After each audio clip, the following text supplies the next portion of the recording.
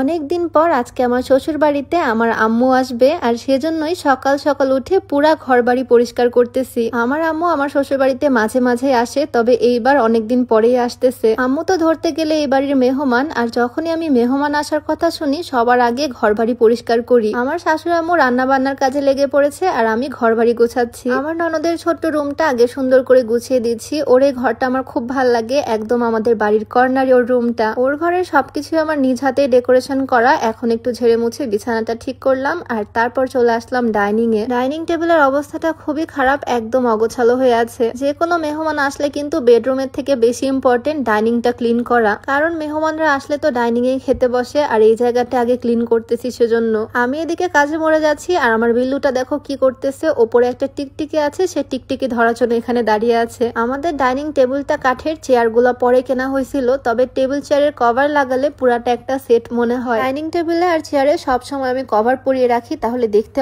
অনেক সুন্দর লাগে। আর এই কভার গুলো না একদম বাস্তবের মতো, মানে একদম 3D প্রিন্টেড। আর এটার কালারটাও কিন্তু ভীষণ সুন্দর, খুবই সুন্দর পিঙ্ক কালার। এটা আমি নিজে পছন্দ করে অর্ডার করছি অনলাইন থেকে। কেমন হয়েছে? অনেক সুন্দর না? পিঙ্ক কালার যে কোনো কিছু আমার অনেক বেশি ভাল লাগে। আর এটার ফুলগুলো 3D প্রিন্ট, সেজন্য একদম বাস্তবের মতো মনে হয়। একটা টেবিলের জন্য কভার, আর 6টা চেয়ারের জন্য চেয়ার কভারও এখানে দিয়ে দিছে তারা। চেয়ারে কভার গুলো লাগালে চেয়ারটা অনেক সুন্দর লাগে, আর পুরা ডাইনিংটা একটা সেটের মতো লাগে, অনেক সুন্দর লাগে তখন। আর সাথে দেখো একটা পলি পেপারও তারা দিয়ে দিছে। এই পলিটা উপরে পেরে রাখলে অনেক সুবিধা হয়, তরকারি ঝোল লাগে না। শুধু কাপড় ভিজিয়ে ওপর থেকে পলিটা পরিষ্কার করে নিলেই হয়ে যায়। পলিটার চারিপাশে ডিজাইন করা, সেজন্য আরো বেশি সুন্দর লাগতেছে দেখতে। পলি সহ ফুল এই সেটটা আমি নিয়েছি মাইশাস হোম ফেসবুক পেজ থেকে। তাদের পেজটা আমি রিসেপশনে মেনশন করে দিব, নাম্বারটাও স্ক্রিনে দিয়ে দিব। তোমরাও চাইলে তোমাদের ডাইনিং টেবিলের জন্য এইরকম সুন্দর সুন্দর কাভারের সেট অর্ডার করে ফেলতে পারো তাদের পেজ থেকে। যাই হোক, ডাইনিংটা তো সুন্দরভাবে গুছিয়ে ফেললাম, তবে আমার ড্রয়িং রুমের অবস্থা খুবই খারাপ। তোমরাই দেখো সোফার কি একটা অবস্থা। সোফার ফোমের কাভার গুলো খুলে ধুয়ে দেওয়া হয়েছে, আর এখন সোফাটা দেখতে এমন লাগতেছে, কেমন যে লাগে কি আর করব বলো। সোফাটা দেখতে এখন খুবই বাজে লাগতেছে,